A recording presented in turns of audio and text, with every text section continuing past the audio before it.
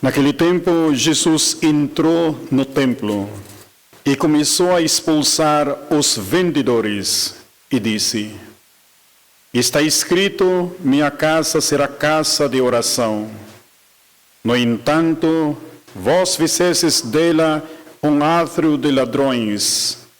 Jesus ensinava todos os dias no templo. Os sumos sacerdotes e os mestres da lei e os notáveis do povo procuravam modo de matá-lo, mas não sabiam o que fazer, porque o povo todo ficava fascinado quando ouvia Jesus falar. Palavra da salvação. Glória a vós, Senhor.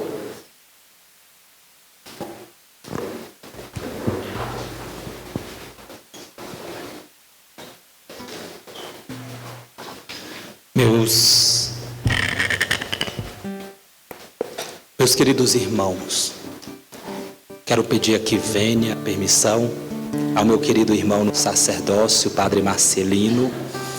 Uma grande alegria estar aqui nessa noite, rendendo graças ao Senhor pelos seus jubileus, 25 anos.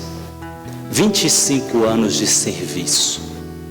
E muito me alegra, meus queridos irmãos, estar nessa noite aqui, celebrando 25 anos de serviço. Nós também, assim, recordamos a Virgem Maria, Nossa Senhora das Graças, da qual eu tenho uma devoção especial. Nossa Senhora das Graças é padroeira da minha cidade, lá no interior de Minas Gerais, padroeira da minha paróquia, e é a minha mãe, pela qual eu tenho uma predileção especial. Meus queridos irmãos, eu gostaria de pegar um apanhado para que nós possamos compreender esse chamado, essa vocação. E o quanto nós precisamos, meus queridos, reconhecer que um templo era um lugar sagrado. Nós vemos no Evangelho de hoje, Jesus que está falando sobre o templo. O templo é um lugar sagrado, ou seja, o templo é o lugar de oração, lugar da presença de Deus. E o quanto nós precisamos reconhecer isso em nós, o quanto nós precisamos reconhecer isso na nossa mentalidade. A casa de Deus é casa de oração. Esta é a primeira verdade que nós temos que ter. A casa de Deus é casa de oração, ou seja, lugar de orarmos, lugar de irmos ao encontro do Altíssimo, falarmos com Ele e estarmos em comunhão com Ele. Ou seja, meus queridos irmãos, nós não podemos fazer da casa de Deus, nós não podemos fazer das nossas igrejas outra coisa a não ser casa de oração. E muitas vezes, meus queridos irmãos, a própria palavra fala: no entanto, vós fizestes dela um antro de ladrões. Muitas vezes, meus queridos irmãos, nós viemos das nossas casas, nós viemos de tantos lugares agitados. E muitas vezes nós nos dispersamos. Nós começamos a conversar conversas paralelas. Nós começamos às vezes a observar, a falar do outro, menos estarmos em oração conectados com o nosso Deus. O quanto é necessário conectarmos ao nosso Deus. O quanto é necessário. Eu sempre tenho falado, muitas vezes o padre chega na igreja. Nós precisamos, a nossa primeira postura é dobrar os nossos joelhos, dobrando assim os nossos corações e nos colocar em oração. Muitas vezes nós começamos a fazer da casa o lugar de oração, às vezes outras coisas, nós começamos a bater papo, conversar, colocar o papo em dia, perguntar como é que está a vizinha, como é que está fulano, beltrando, o que está acontecendo. Não, tem tantos lugares para isso, mas a casa de Deus é uma casa de oração.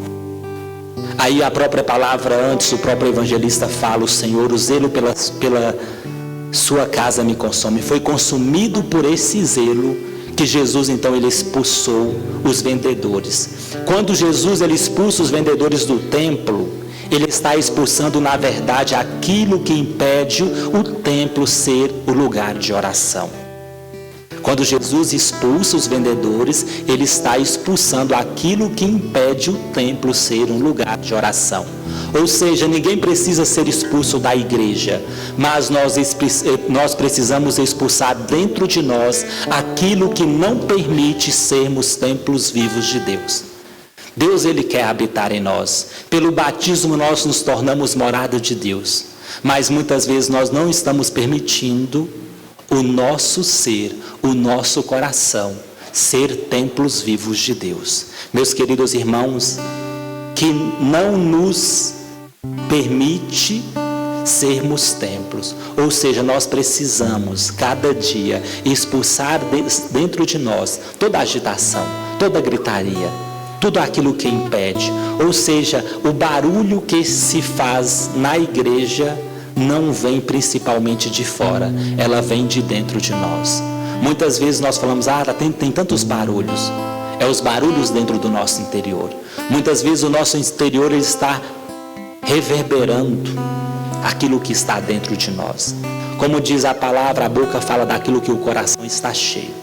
E muitas vezes dentro de nós tem muitos barulhos, muitas agitações, muitas inquietações. E o quanto nós precisamos mudar isso. A ação que Jesus fez naquele templo é a ação que nós precisamos pedir e suplicar para que Ele realize todos os dias dentro de cada um de nós.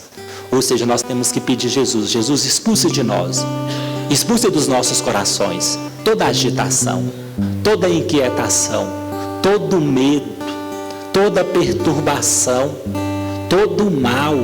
Nós precisamos, meus queridos irmãos, pedir constantemente. Muitas vezes nós não nos colocamos diante da presença do Senhor.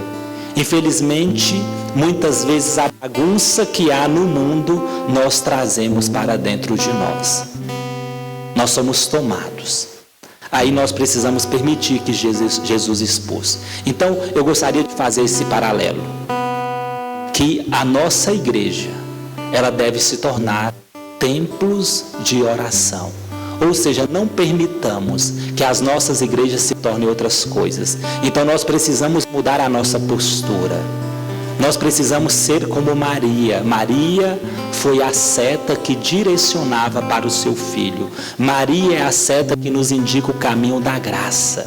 Por isso que nós celebramos neste mês Nossa Senhora das Graças. Ela nos apresenta a graça, ela nos apresenta o caminho, ela nos apresenta o seu filho. Maria é o referencial da nossa fé. E quantas vezes nós precisamos apresentar? Quem nós estamos apresentando? O sacerdócio, a pessoa dele apresenta-nos o Cristo. O padre deve nos apresentar o Cristo. Maria apresenta o Cristo. Quem nós estamos apresentando? Nós estamos nos apresentando a nós mesmos ou o Cristo? Quando nós apresentamos a nós mesmos, nós apresentamos os nossos defeitos, os nossos egos, as nossas vaidades. Por isso que muitas vezes as famílias têm se destruído, porque muitas vezes têm apresentado a si mesmo e não o Cristo. O nosso olhar, o nosso referencial deve ser o Cristo. Maria, meus queridos irmãos, ela nos aproxima de Deus. Ela nos aproxima da santidade de Jesus. E o quanto nós precisamos nos aproximar do outro. Levar o outro a se aproximar de Cristo. O anjo, quando ela entra onde Maria estava, no lugar onde Maria estava, o anjo disse: alegra-te, cheia de graça, pois o Senhor está contigo. O quanto nós precisamos também permitir que o anjo de Deus nos visite e diga para nós: alegra-te, meu filho, o Senhor está contigo. Não tenhas medo. Meus queridos irmãos, a graça que Maria recebeu, ela multiplicou, ela não enterrou. Ou seja, ela colocou-se como serva. E ela diz: faça-se em mim segundo a vossa palavra, faça-se em mim segundo a vossa vontade. E nós estamos realizando a vontade de quem? A vontade de Deus ou as nossas vontades? Se nós formos pegar o evangelho da terça-feira, quando disseram: Jesus, sua mãe e seus irmãos estão aí fora. Quando Jesus falou: minha mãe e meus irmãos são aqueles que fazem a minha vontade, Jesus não está desprezando a sua mãe. Mas Jesus, ele está aqui, meus queridos irmãos, ele está aqui, ou seja, elevando o grau da sua família. Ou seja, todo aquele que faz a vontade é da sua família. Ou seja, se nós não fazemos a vontade de Deus, nós não podemos dizer que nós somos da família de Deus. Muitas vezes nós enchemos a nossa boca para dizer: olha, eu pertenço à família tal, eu pertenço à família do presidente, eu pertenço à família daquele cantor, de pessoas famosas. Mas muitas vezes nós não nos orgulhamos e dizemos: olha, eu sou da família de Jesus. Nós só podemos dizer que se nós somos da família de Jesus, se nós realmente vivermos e fazermos a vontade dele, do Pai. Então nós possamos perguntar dentro de nós: que vontade nós estamos realizando? As nossas vontades ou as vontades de Deus? Que Maria falou: faça-se em mim segundo a tua palavra. Ou seja, construa o teu projeto em mim. Faça-se em mim segundo a tua vontade. Não foi a vontade dela, mas a vontade de Deus que se estabeleceu na vida dela. Com Maria nós aprendemos o que é servir. Ela serviu plenamente a Deus. Serviu a seu filho. Ela acompanhou os passos do seu filho. Meus queridos irmãos, em toda a sua trajetória nós vemos que Maria, ela simplesmente serviu. Não pense que ela levou uma vida fácil, que ela era privilegiada. Maria não era privilegiada, ela era assim agraciada. Não tenha dúvida, ela lutou para permanecer na graça. E quantos de nós muitas vezes não lutamos para permanecer na graça? Muitas vezes nós nos entregamos facilmente ao pecado. Nós entregamos facilmente a nossa vida. Maria, ela lutou. Que possamos aprender de Maria a servir. Imagina o seguinte, eu ainda recordando pela ação do Espírito Santo. Quando se fala de Maria, olha, começa a perceber, fala no próprio Evangelho que Maria, ela vai visitar a sua prima Isabel. Imagina então, olha para você, Maria, ela sai a serviço. E fala no próprio Evangelho que ela sobe a uma região montanhosa. E fala que apressadamente, e ela já estava grávida. Imagina o seguinte, Maria subindo a uma região montanhosa. Todo mundo que sabe uma montanha sabe da dificuldade que é subir uma montanha. E ela sobe apressadamente. E ainda ela estava grávida. Ela vai socorrer a sua prima, que já estava na velhice. Quantos de nós, muitas vezes, quando vamos servir a igreja, nós colocamos: eu estou cansado, eu não sei o quê. Quantos nós colocamos tantas desculpas para poder servir a Deus? E Maria não. Ela não se amedrontou. Ela não se intimidou. Ela não deixou que os desafios não fizessem com que ela não servisse a Deus. Imagina o que é com a montanha. Então, muitas vezes, meus queridos irmãos, quantos desafios na vida do padre ele enfrenta, e ele, como Maria, simplesmente coloca ao serviço. E quantas vezes o padre não é compreendido? Quantas vezes Maria não foi compreendida? E o quanto nós precisamos rezar pelos nossos sacerdotes.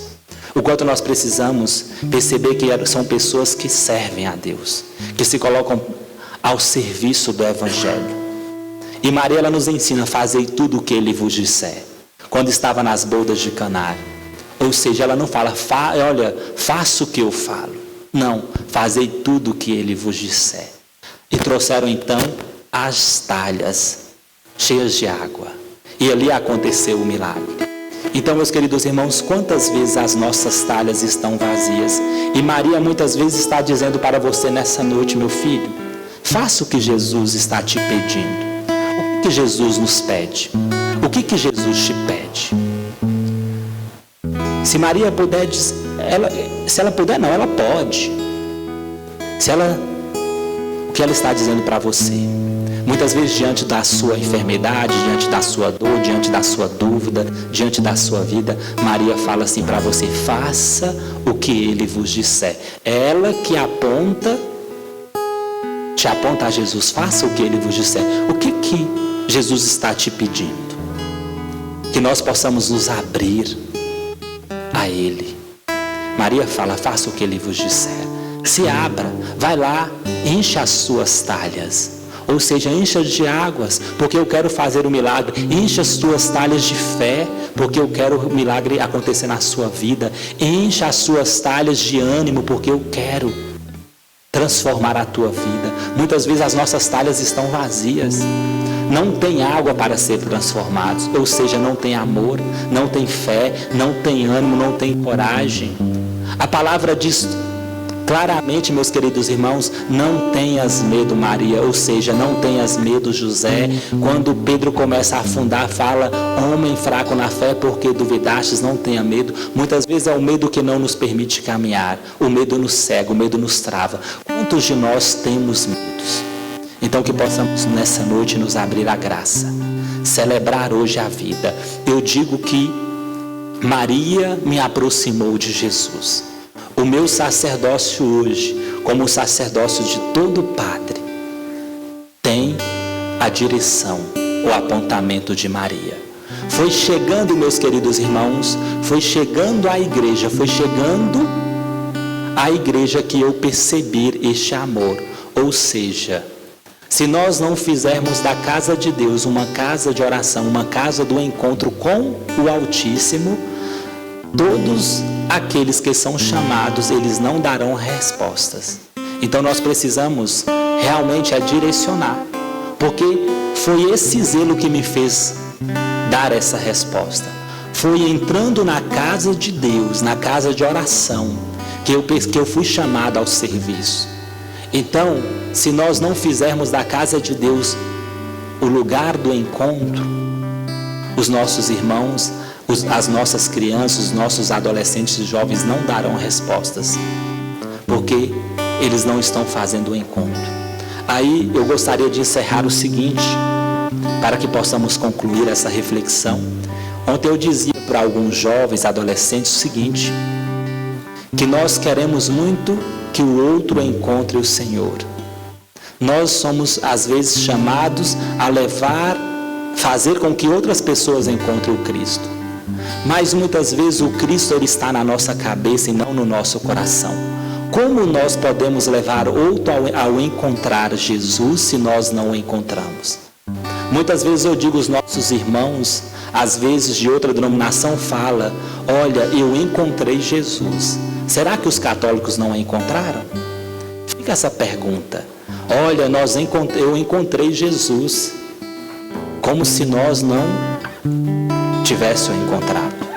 Então, meus queridos irmãos, nós só vamos levar outro a encontrar se nós verdadeiramente fizermos esse encontro. Se nós apresentarmos, olha, eu encontrei Jesus. Será que você realmente encontrou? Porque se você faz esse encontro, se você encontra Jesus, você quer permanecer com Ele. Imagina aquele amigo que você quer sair sempre. Aos adolescentes e jovens o seguinte, às vezes você quer, olha amigo, vamos embora no shopping, vamos sair, vamos fazer, porque você quer que seu amigo esteja com você o tempo todo, porque ele alegra o seu coração.